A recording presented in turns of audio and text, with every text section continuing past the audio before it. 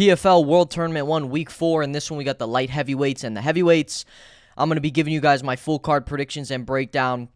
And this is a pretty alright card. I wouldn't say this is anything special of a card, but there's a couple decent fights. But coming off of the most recent card, this card is, I would say, pretty mid. But with that being said, let's jump straight to the first fight of the night. So first fight of the night, we got Polizzi versus Rafael Xavier. In this fight, Polizzi, he's going to want to be getting this fight to the ground, use his wrestling. And then Xavier, he's going to be trying to keep the fight on the feet, use his kickboxing, use his striking. And I'll tell you guys right now, I'm going Rafael Xavier. I'm going the underdog in this one. I just think Rafael Xavier, he's going to be able to absolutely piece up Polizzi on the feet. Because if you guys watch Polizzi and you look at his striking, he's like awkward as hell on the feet. He looks like he doesn't even belong. He's looking stiff on the feet. He looks square. He sits on the center line. And Rafael Xavier, he's got decent ground game. He's decent takedown defense, and I think he's going to be able to stop the takedowns of Polizzi. Polizzi, his only hope is if he can just grind out a boring decision, and I think he's not going to be able to do that. I think Rafael Xavier is going to be able to touch the chin of Polizzi. I think he's going to be cracking him on the feet, and I can see Rafael Xavier knocking out Polizzi. Give me Rafael Xavier to win this fight by a KO. Let's check the odds on this. Polizzi, he's sitting at the minus 190 favorite. And Rafael Xavier is at the plus 145. And for an underdog, I would play Rafael Xavier. I just think his striking, he's got good Muay Thai striking, fast kick. His leg kicks are like beautiful. He's got a fast roundhouse to the leg. He throws decent head kicks. And Polizzi just kind of sits there. Polizzi just sits there. He's coming. He's got a loss to Impa Kasanganay, lost to K.Moore, and he lost to the 45-year-old Yoel Romero, but Yoel Romero is still a dog. But he's coming off the win against Antonio Carlos Jr., but I don't really see that as impressive. And then Rafael Xavier, he's coming off the loss to Simon Powell. And Powell, he's a solid striker, and it was a pretty close fight. He ended up losing by a split decision. But in this fight, I see Rafael Xavier being able to take control of Polizzi on the feet. I see him touching him up, and I see him stopping the takedowns of Polizzi. Give me Rafael Xavier in this fight. Next fight of the night, we got Rodrigo Nascimento versus Abraham Bobley. And in this fight, we got Bobley. This is a pretty big step up for Bobley. Bobley's only 5-1. He's got 6 professional fights, whereas Nascimento's 11-3. He's been in the UFC. He's got a lot of experience over Abraham Bobley. And I see that experience paying off in this one. I see Nascimento getting the win over Bobley. But to Bobley's credit, this kid's pretty fast. He's got good stand-up. He's light on his feet. For a heavyweight, this guy can move, man. So this is still no easy fight for Nascimento. Nascimento, his best bet, he wants to use his size because he's going to be bigger than Bobley in this one. He's going to want to use his size, press Bobley against the cage. He's going to want to use his grappling and kind of just grind him out the whole time. So in this one, I see Nascimento being able to get the decision win over Bobley. I think he'll end up just grinding out a decision win. Nascimento sitting at the minus 175 favorite, and then Bobley's the plus 135 underdog. But hey, I'll tell you guys, Abraham Bobley can strike. He's got decent overhands, fast strikes. He's got some power in his hands. He also has decent grappling, but I think Nascimento's just going to be too big in this fight. Give me Nascimento to get the win by decision. Next fight of the night, we got Sullivan Cauley versus Marcelo Nunes. And in this fight, I'm going Sullivan Cauley. I think Sullivan Cauley, yes, he's 6-1. He's going up against 11-2 Nunes. But I think Cauley is going to be able to touch up Nunes. I think he's going to be able to outstrike him in ways. I think he's going to be able to touch him up on the feet. So I'm going Cauley to get the win here. I think he's more slick than Nunes. Nunes, he's 36 years old, whereas Cauley's 28. He's coming off a win against Hamza Salim, which isn't a great win by any means, I'll tell you that. But I think he's going to be able to do enough against Nunes in this one, and I can see him winning, I would say, a decision in this. He has a loss to Luke Traynor, which is not a very good loss. But Nunes, I am not too impressed by Nunes. He lost to Maurice Green, which Maurice Green, in my opinion, is no. Yeah, he was in the UFC, but he's not too great of a fighter. But Nunes still solid. He's got some heavy hands, decent grappling. But Sullivan Cauley, I think he's going to be able to touch up Nunes on the feet. I think he's going to be able to outstrike him. Give me Sullivan Cauley to get the win by decision. Sullivan Cauley sitting at the minus 150. Marcelo Nunes, the plus 110 underdog. So I'm going Sullivan Cauley to get the win in this one. Next fight of the night, we got Vassell versus Oleg Popov. And these two have fought before. And Oleg beat him by unanimous decision. So I'll tell you guys right now, I see this fight going the same way as it did the first time. I see Oleg Popov just grinding out a decision win. I see him wrestling Vassell in this. Vassell, he's 41 years old. Popov's 33. And he's already beat Vassell before. And I see him beating him again. Give me Popov to get the win by decision in this one. The odds for this fight, we got Popov. He's sitting at the minus 300 favorite, whereas Vassell's sitting at the plus 200 underdog. And he's just, it's literally going to be exactly like the first fight. Popov's just going to take him down, control him, and just grind out a decision win. Next fight of the night, we got Alexander Romanov versus Tim Johnson. Tim Johnson, very, very, very mid. Nothing impressive about Tim Johnson. He on the feet, he looks awkward. He's pretty sloppy on the feet, I would say. Whereas Romanov, he's versed some decent competition. He's got a loss to Tybura, Alexander Volkov, and then Jailton Almeida, which all of these fighters, I believe, are much better than Tim Johnson. He's coming off a win against Nascimento, where he just grinded out, took him down, beat him up. And I see Romanov doing that to Tim Johnson. I think Romanov's just going to use his size. He's going to be pressing Tim Johnson, using his wrestling. Tim Johnson, 40 years old. Come on. Tim Johnson, you think he's going to win this fight? No shot. Romanov's going to absolutely destroy him. I think he's been up with way better competition. He's going to be too much for Tim Johnson in this one. Give me Romanov to get the win. Romanov, he's sitting at the minus 450 favorite, whereas Tim Johnson's sitting at the plus 350. Romanov, he's a wide favorite because he's a very confident pick. He's going to win this fight without a doubt. Next fight of the night, we got Carl Albrektsson versus Simeon Powell.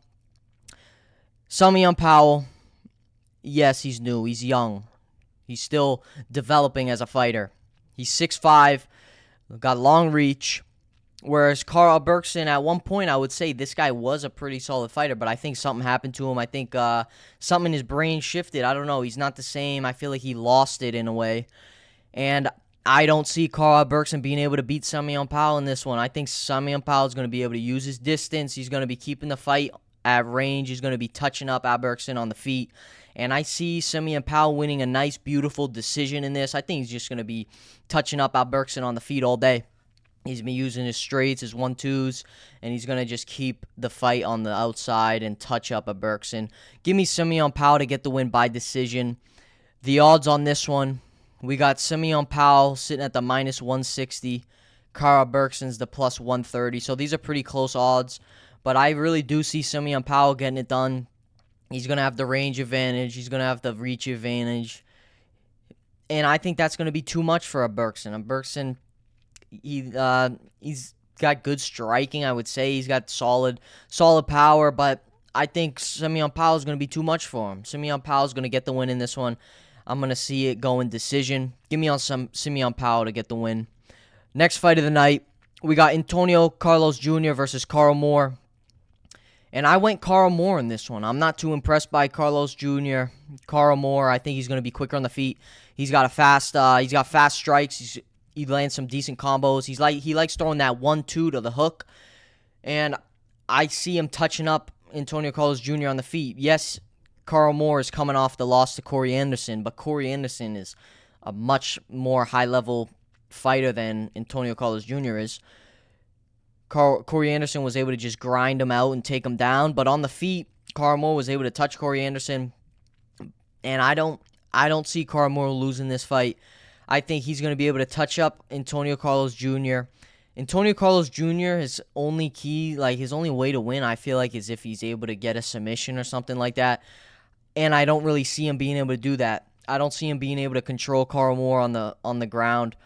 And Antonio Carlos Jr. is coming off a loss against Alex Polizzi, and Moore beat Alex Polizzi.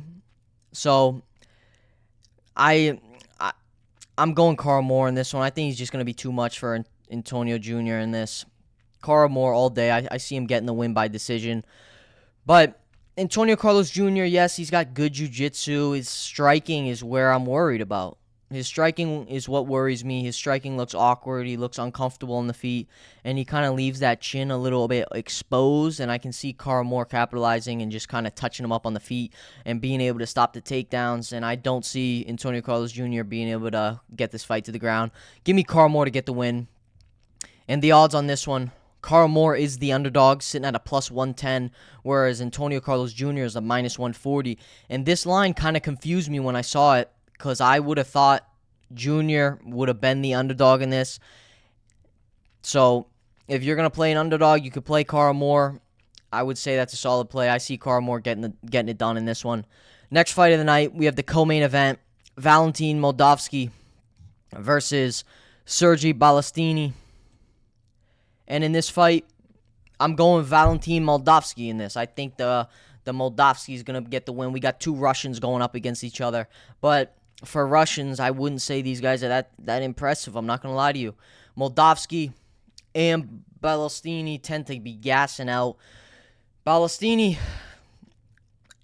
he's got decent striking. He's all right on the feet. He stands pretty tall, though, is what I noticed about him. And I see Moldavsky being able to capitalize on that. I think he's going to be able to land the takedowns. And I see him grinding out Bilostenniy in this one. I think Moldavsky is just going to get the fight to the ground, use his wrestling, and just grind out Bilostenniy in this. Bilostenniy, I'll tell you right now, these two both, I guarantee it, by the third round, they're going to be huffing and puffing. They're both going to be tired as hell. But I think Moldavsky is going to be able to get the win. I see him winning the decision. Give me Moldavsky to get the win. The odds on this one, we have Bilostenniy. He's sitting at the minus or plus 145 underdog, whereas Moldavsky's sitting at the minus 175 favorite. And I see Moldavsky getting it done. I think he's going to be able to use that wrestling and use his control and just press Bilostenniy. I don't care if he's got to press him against the cage and hold him there all night. I see him being able to get it done. Give me Moldavsky to get the win. Now moving on to the main event. Main event, we got Phil Davis versus Rob Wilkinson. Phil Davis, OG of the game. He's been around a long time. He was in the UFC. When did he enter the UFC? I don't even remember at this point. He was in the UFC in 2010. That was his first fight against Brian Stann. Phil Davis has fought some legends of the game. He was like one of the first fighters I remember, along with like Phil Davis, Rashad Evans, Anderson Silva, Rampage. He was in that era of fighters, and I just remember seeing him when I was a kid. And he was probably one of my favorite fighters, I would say. For some reason, he just had that mystique about him where I liked him. But he's fought legends of the game. He's been around a long freaking time, man. But now he's 40 years old, and I think that's his downfall in this. Rob Wilkinson is the younger man. He's 33 years old. Yes, as much as I would want Phil Davis to win this fight, I don't see him winning the fight. I don't think Phil Davis is going to be able to beat Rob Wilkinson in this one. I think Rob Wilkinson's just going to be able to touch him up on the feet. He's going to be touching up Phil Davis on the feet, in my opinion. I think Phil Davis, he's going to start trying to wrestle. He's going to try to use his grappling, but I think Rob Wilkinson's going to be able to stop the takedowns. I think he's going to be able to just touch up Phil Davis on the feet. Phil Davis, it's sad to say, but he's at the end of his career. If we look, he's had, in the last almost 3.5 years, he's only had like 3 fights. He hasn't been too often. He hasn't been fighting too often. He lost to Corey Anderson in his most recent loss. It was a split decision, close fight. And then Rob Wilkinson, he lost to Yagshir Muradov, who had won the tournament. Dolvet, very solid fighter. And Rob Wilkinson went to a pretty close decision, I would say. It was a pretty close decision. Rob Wilkinson was able to, he lost the fight, but Rob Wilkinson was still in there with him. He just didn't do enough in that fight. And in this fight, I see him being able to do enough against Phil Davis. I think he's going to be able to touch him up on the feet. And give me Rob Wilkinson to get the win. The odds, we got Phil Davis at the plus 120 underdog, whereas Wilkinson, he's at the minus 150 favorite. And I do see Wilkinson getting the win in this one. So that's it for these picks. Let me know what you guys think of this card. I would say it's a pretty solid card, but let me know what you guys think of my picks. Let me know if you agree, disagree. Make sure you leave a like, subscribe, and I'll see you on the next video. Peace.